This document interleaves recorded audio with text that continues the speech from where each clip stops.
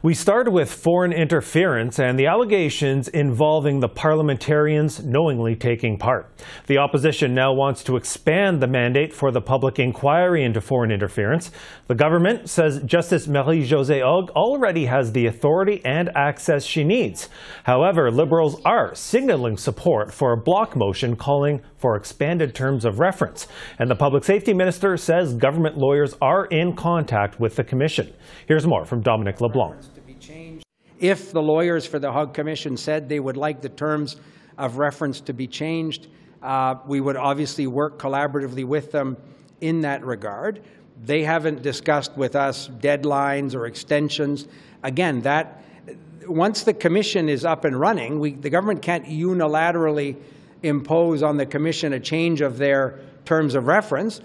If the Commission wants to work with the government, we believe they do. We would obviously be very, very anxious to ensure that they have all the resources and the time necessary to do this work. And for more, let's welcome MPs now. Mark Gerretsen is the Deputy Government House Leader. Andrew Scheer is the Conservative House Leader. Jean-Denis Garon is the Bloc Québécois Industry Critic. And Alexandre Boulerice is NDP Deputy Leader. Good to see you all. Mr. Gerretsen, I want to start with you because the government is signaling support for today's Bloc motion, but it is non-binding. So will there be more explicit instructions being sent to Justice Hogg when it comes to these unnamed parliamentarians? Well, I mean, what we do know is that the Hogg Commission's work and the setup of the Commission was done unanimously with all political party support late last summer. We also understand that everybody has great faith and confidence in the Commission's ability to do the work. And we would agree that that's the right place to study this. And I was really glad to see just over the weekend, Mr. Scheer wrote a letter to the government basically expressing that on behalf of the Conservative Party as well. The responsible place to have these discussions is amongst the people that are classified, that have the proper classification to have the discussions, and that can handle the information responsibly and appropriately. Okay, Mr. Scheer, on that note, your party would like Justice Hogg to provide a special report by October 1st on each of these unnamed parliamentarians in that NSICOP report, and you want that report to include names. But, you know, we did hear Minister LeBlanc today say that government lawyers have been in touch with the inquiry on this issue. He says reading out a list of names would be irresponsible. So for Conservatives, why is there this need to go beyond expanding the terms of reference and to give those kind of specific instructions? Well, quite simply because the intelligence report states that there are sitting members of Parliament who are wittingly helping the interests of foreign hostile governments. That cannot be allowed to happen. The problem with the approach that the government seems to be taking is that they're going to have the Hogg Commission look at this, but not in any way with a result that Canadians can find out which members of Parliament broke their oath and their responsibility to the Canadian people.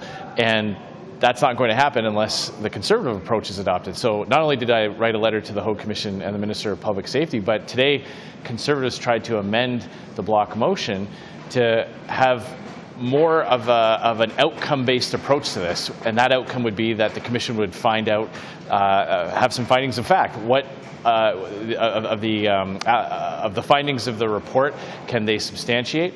Some kind of due process where people named in the report could have an opportunity to respond, and then ultimately having the names put forward to the Canadian people so that Canadians can restore their faith in their democratic institutions. The idea that in a few moments there's going to be members of Parliament voting on legislation, on taxation policies later on in the week, being in caucus meetings, committee meetings, access to all kinds of information, and they might be passing that along to foreign governments. I mean, that's incredibly disturbing. And the Liberals have sat on this for years, knowing that this has been going on, and that's why Conservatives are pushing for some more concrete action. Okay, so Mr. Garon, you've heard Conservatives now call for what your party is putting forward to be expanded. Do you support this idea of giving the Commission more specific orders than what's in your party's motion today in the House? Well, look, we've known for a long time that there had been interference in our elections. Now, with this intelligence report, what we know is that some specific people sitting in Parliament, that it be in the Senate or in the House, have collaborated with these foreign powers. Now, that we know that we have to do things responsibly, and I think we have to broaden the mandate of the Commission so that the Commission can come up with a responsible way to address these questions. Because let's be clear, what we reproach these people is that they have broken the law. And currently, we can't name these people out loud because this is going to be, it would be an illegal move. By doing so, we could also put at risk informants and other people who have worked diligently for the Canadian government. So I think that we have to trust the Commission. And by the way, it took us a long time to have this Commission set up. At first, the Prime Minister didn't want anything like a Commission. There had been this supposedly independent special rapporteur, and finally we had this Commission. Now it's there. We have a competent judge that's chairing the Commission. I think that's a proper tool to use, and we have to give some freedom to Justice Rugg, and that she has to provide us with some solutions to do things legally. Okay, now, Mr. Boulerice, your party has said that the NDP would support this motion and that the government needs to find a way to release these names. How will you use your party's position to try and get this done? Is this something that you'd be willing to break your supply and confidence agreement over? It's been a question since 3 years on different issues, but I think that what is really serious right now is that we have to restore the trust of Canadians to our democratic institutions, to this House of Commons and the Senate. What we would do is that we'd make sure that every political leader accept the clearance security to have access to this information. What is really troubling right now, more than MPs maybe working for foreign powers, is that we have a Prime Minister and the leader of the Liberal Party who knows those names since March and did nothing. And after that, we have the leader of the Conservative Party who refused to get the security clearance to get the information and have the list of those names because he doesn't want to do anything on his own member of the member of the Conservative caucus. So we have two big parties, Liberals and Conservative, that are doing nothing and acting like to protect their own members that might be on that list. Jagmeet Singh have the security clearance, he got the information, and he didn't have to kick out of the NDP caucus any of my colleagues. But we don't know why Mr. Trudeau is not acting on some maybe Liberal members that are on that list. He has this information. As the Prime Minister and the leader of the Liberal Party, he has the responsibility to expel every members that are maybe working for foreign powers. The same thing with the Conservative leader. Okay, well, I'll let those two party representatives respond in kind. Mr. Gerretsen, I'll start with you, because the government has been accused of being less than forthcoming with documents for the Oil Commission and for NSICOP. So why should Canadians be confident about this process moving forward? Well, I think we should start by clarifying some facts. Number one, when people are saying that just the party leaders would have access to information if they got the security clearance, I agree, all party leaders should have security clearance. And why since over a year since Pierre Poilievre has been the leader, he hasn't bothered to get that security clearance is beyond me, because then he would have access to that information. But let's not also forget that the NSICOP committee is made up of parliamentarians. Parliamentarians from each of the political parties represented on this panel today. They have access to that information. As a matter of fact, they were part of compiling that information and producing the report. They would have seen the various different forms of accusations and potential evidence that went into this report. They know a lot of the information. So to suggest that accountability doesn't already exist is untrue. It exists. What the question is how do you handle the information? And it's really important for the public to reflect on the fact that accusations and intelligence is not fact and evidence. And intelligence can be substantiated evidence, but it can also be rumors. So it's really important that we respect the manner in which the intelligence is gathered and how it has to be treated. So there are members of Parliament that already sit on the NSICOP committee that have access to this information on behalf of the individual political parties. And we genuinely believe that we want to have transparency to shine on this. It's just a matter of doing it in a responsible way to protect the information and the people in particular, as was previously mentioned by one of my colleagues, that contributes to that, to compiling that information. Okay, I do want to bring in some more response in the time we have left. So, Mr. Scheer, let me go to you, because we heard Conservatives in the House today saying that we need to clear up the cloud of suspicion over foreign interference, and that there even need to be expulsion debates if needed to protect the integrity of Parliament. So how does that kind of urgent language match up with the fact that your leader is reluctant to actually go and get classified briefings on this?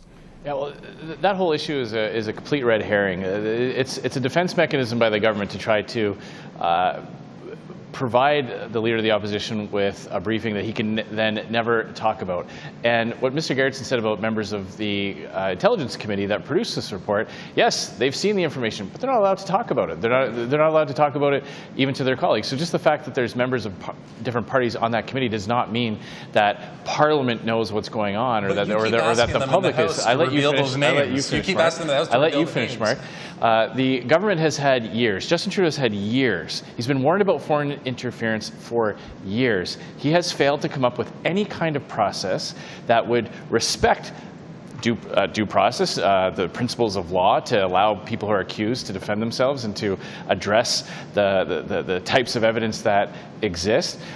But he hasn't. He has done absolutely nothing. He's had phony processes like the special rapporteur, David Johnston, his ski buddy, who, by the way, must look pretty foolish today after saying there was really nothing to worry about. Now we know not only was there problems in previous elections, but we've got sitting members of Parliament who are helping foreign and hostile governments. That's the thing that we need to start and end with. Yes, we absolutely agree that we need to be fair to people who are accused of things. We have to respect the intelligence process. We don't want people working for our intelligence agencies to be under threat. But surely to goodness, like many of our allies have done, we can come up with a process that can investigate that type of thing that ends up with the public knowing which members of Parliament were doing this kind of thing. That has to be sacred. The idea that members of Parliament work for Canada, first and foremost, first and last, that must be preserved. And right now, it's under threat because Justin Trudeau has done nothing for years after being warned. Okay, very quickly, I do want to bring in Mr. Garon. I'll let you weigh in on this, because your leader, Mr. Blanchet, has suggested that he's now open to getting classified briefings. Well, he's been thinking about it. I think all leaders should be thinking about getting the information, but it remains true that they can't reveal that information if they have it, so they can act upon it. But what you just heard is one more demonstration that we need to be responsible. We need to broaden the mandate of the Commission. We need to put that out of the hands of politicians. We need to make sure we follow the law, but that the Canadian public is well served. And I think that what we have in the motion is the most responsible solution for the moment. And I think the exchange you heard just before me is a clear demonstration of that. Okay, Mr. Boulerice, a last word to you, because your party wants the public inquiry to look at allegations involving Conservative leadership races. We heard that from Jagmeet Singh earlier. Why single out those allegations? Well, we want a broader mandate for the Commission, and I think we don't want to save any aspects of our democratic and electoral system unchecked. And there's some allegations about the Conservative leadership race, the last two ones, and I think it's a good idea to be sure that we check everything, and to be sure that all the citizens will have trust in their own institution and democratic process. And I really invite, like Jagmeet already did, the leader of the Bloc and the Conservative, to get the security clearance, at least to know what's going on in their own caucus. Okay, we have to leave it there. Thanks to all four of you for your time on this. Thank you.